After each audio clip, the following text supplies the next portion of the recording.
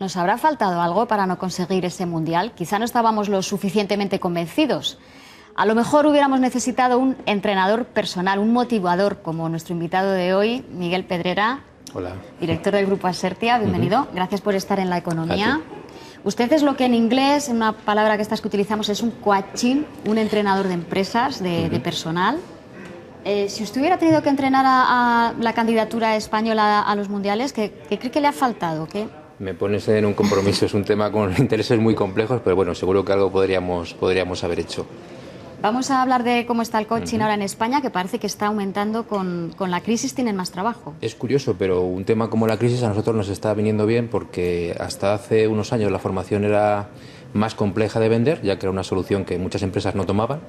Y ahora, bueno, pues el potencial, el talento de la gente que trabaja en una empresa es una medida que es relativamente económica y hay empresas que se están viendo obligadas a hacerlo, no por decisión propia, sino porque buscando soluciones acaban tocando también esta. Y póngame un ejemplo de un curso que le demanden ahora mucho. Este año hemos trabajado mucho en la motivación. Cuando hablamos de que la gente tiene un equipo a su cargo, la actitud de pesimismo que nos está un poco invadiendo a todos hace que al final la gente no trabaje con la intensidad adecuada o con la actitud adecuada y se está trabajando mucho en ese aspecto. Se ha despedido a las plantillas, la situación económica es compleja y ahora mismo muchos directivos, muchos mandos intermedios lo que necesitan es que esa gente siga empujando, empuje con fuerza, pese a que no tengan la situación más cómoda o precisamente porque la situación no es cómoda. Decía, ahora se ha despedido a mucha gente. Yo no sé si también dan ustedes clases, entre comillas, de cómo afrontar este problema cuando uno tiene que despedir a una persona. Trabajamos todos los aspectos de la comunicación y uno de las situaciones que trabajamos es una tan compleja como el hecho de afrontar un despido, que así de forma muy breve lo que recomendamos es que sea lo más directo, lo más franco y lo más corto posible, porque cualquier otra solución es un desastre.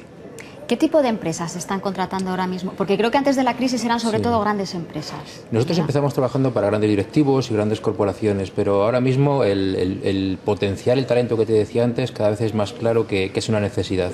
Y estamos llegando a empresas muy pequeñas y, de hecho, un poco la característica del Grupo Asertia, de nuestra empresa, es que estamos democratizando algo que empezó siendo para esos perfiles tan altos y se está llegando a empresas muy pequeñitas que, bueno, en su sector, en su nivel, tienen las mismas problemáticas, las mismas dificultades para convencer, para negociar, para motivar o para trabajar con la actitud de la gente que trabaja ahí adentro, que es el elemento diferenciador que más se puede cambiar en una situación tan compleja como la que estamos viviendo. Ahora mismo se habla mucho de que las empresas tienen que exportar porque la demanda interna no tira y que tenemos que buscar el negocio fuera. Entonces, bueno, pues hay empresas que estarán, supongo, invirtiendo mucho en idiomas, ¿cómo se le entrena a un vendedor que está acostumbrado al mercado chiquitito, a España, a sus clientes, a que tiene que salir ahí fuera a comerse el mundo? La situación ¿Eso me lo puede poner con un ejemplo práctico, como lo diga en la clase? Y además, cuando nos enfrentamos al mercado extranjero nos encontramos que mucha gente y en otros tipos de culturas este tipo de formaciones las tiene como una cosa muy natural. Si cogemos la cultura norteamericana, la gente es impactante, es directa, es motivadora, no tienen pudor, no como nuestro carácter, que también es un problema muchas veces, o luchamos muchas veces contra factores culturales. Entonces lo que le pedimos a la gente es que rompa, que dentro de un sentido común y una lógica y demás, pero que cambiemos muchas de las cosas que nos han enseñado hasta desde que éramos pequeñitos, que tenemos esas carencias respecto a culturas como la norteamericana, que muchas veces la ponemos como ejemplo de esa otra forma de hacer las cosas. Cuando usted llega a una empresa y entra a la clase y los empleados están allí, pues yo me imagino que lo dicen, te vamos a dar un curso de informática, uno ya se imagina.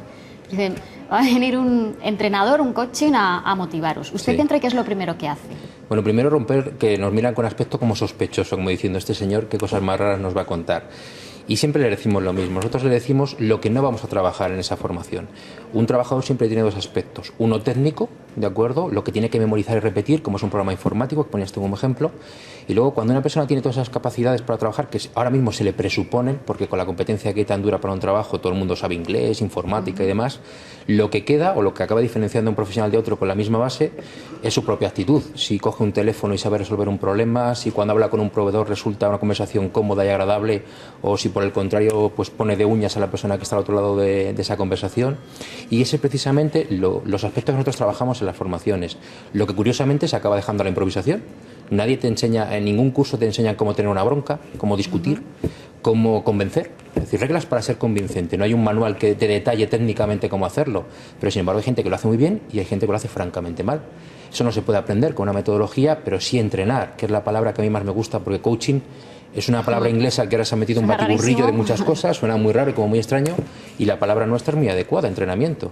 Es decir, no puedes aprender a convencer, pero sí puedes entrenarte para hacerlo, por ejemplo, por ponerte una parte de nuestro trabajo. Y ahí está habiendo, también me comentaba, mucho intrusismo, gente que en realidad Sí. no se ha dedicado profesionalmente a esto y que como ahora hay demanda, pues dice yo hago esto. Sí, al final nuestro trabajo acaba siendo una situación ambigua respecto a qué acabamos haciendo en la formación y muchas personas han acabado diciendo que son entrenadores personales y en realidad lo que hacen es ciertos asesoramientos y demás y bueno, pues tenemos que luchar un poco contra esa especie de mala imagen que están dando al trabajo del entrenamiento que es de una forma seria y profesional.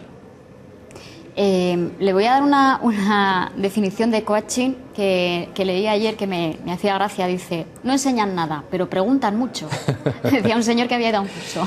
Más que preguntar mucho, deberíamos hacer que la gente reflexionara. Es decir, el hecho de preguntar es para que la gente reflexione, porque lo que está claro es que si vamos a trabajar la actitud de una persona, si no llega a aceptar una idea de forma propia, por mucho que tú le digas o que tú le recomiendes que esa es la solución, no lo van a incorporar. Nosotros trabajamos con hábitos, trabajamos con costumbres e intentamos cambiarlas. La gente hace las cosas de una forma muy concreta y tú llegas e intentas revolucionar la empresa para que, cambiando la forma de hacer las cosas, se mejore el rendimiento económico, se mejore la productividad. Entonces sí que es cierto que necesitas que las personas participen mucho, se metan mucho, sea muy personal, nunca hay un PowerPoint en el que tú vas haciendo una exposición, sino que la reflexión sea propia para que al final la persona decida cambiar qué es lo que el gerente de esa empresa al final quiere, que haya resultados, porque si no acaba siendo humo, que es lo que muchas veces ha ocurrido en la formación. Yo no sé si se puede hacer este entrenamiento también para países o para los gobiernos, que ahora mismo se tienen que vender fuera. Veíamos ahora al presidente del gobierno en una entrevista con una periodista muy importante. ¿Qué consejos le daría a los políticos que nos tienen que vender fuera? El problema es que somos españoles, es un problema de nuestra propia idiosincrasia. Te ponía antes el ejemplo de la cultura norteamericana, que son gente que no tiene pudor, no tiene... Pero nos tenemos que vender como españoles, como sí, alemanes no nos podemos vender. Pero tenemos nuestras bondades, pero también debemos matizar alguna parte de nuestro comportamiento. Es decir, nuestra cultura se autolimita mucho.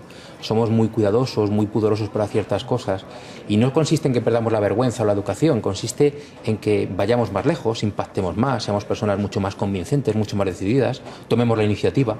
Si tú ves a dos políticos, no quiero decir un país u otro concreto, pero si tú ves a dos políticos de diferentes culturas, hay culturas que son rápidamente dominantes, se echan encima de las situaciones y afrontan sin ningún tipo de cortapisa lo que haya que hacer. Y eso, por ejemplo, en nuestra cultura también es un aspecto que nos da trabajo. Es decir, el hecho de que nuestra idiosincrasia sea de esa manera hace que tengamos muchos puntos que pulir en nuestra forma de comportarnos. Pues tendremos que entrenar eso, ¿no? Exactamente. Miguel Pedrera, director del Grupo Asertia, muchas gracias. A ti. Hasta luego. Hasta luego. Bueno, hasta aquí llegamos nosotros de momento, volvemos con más...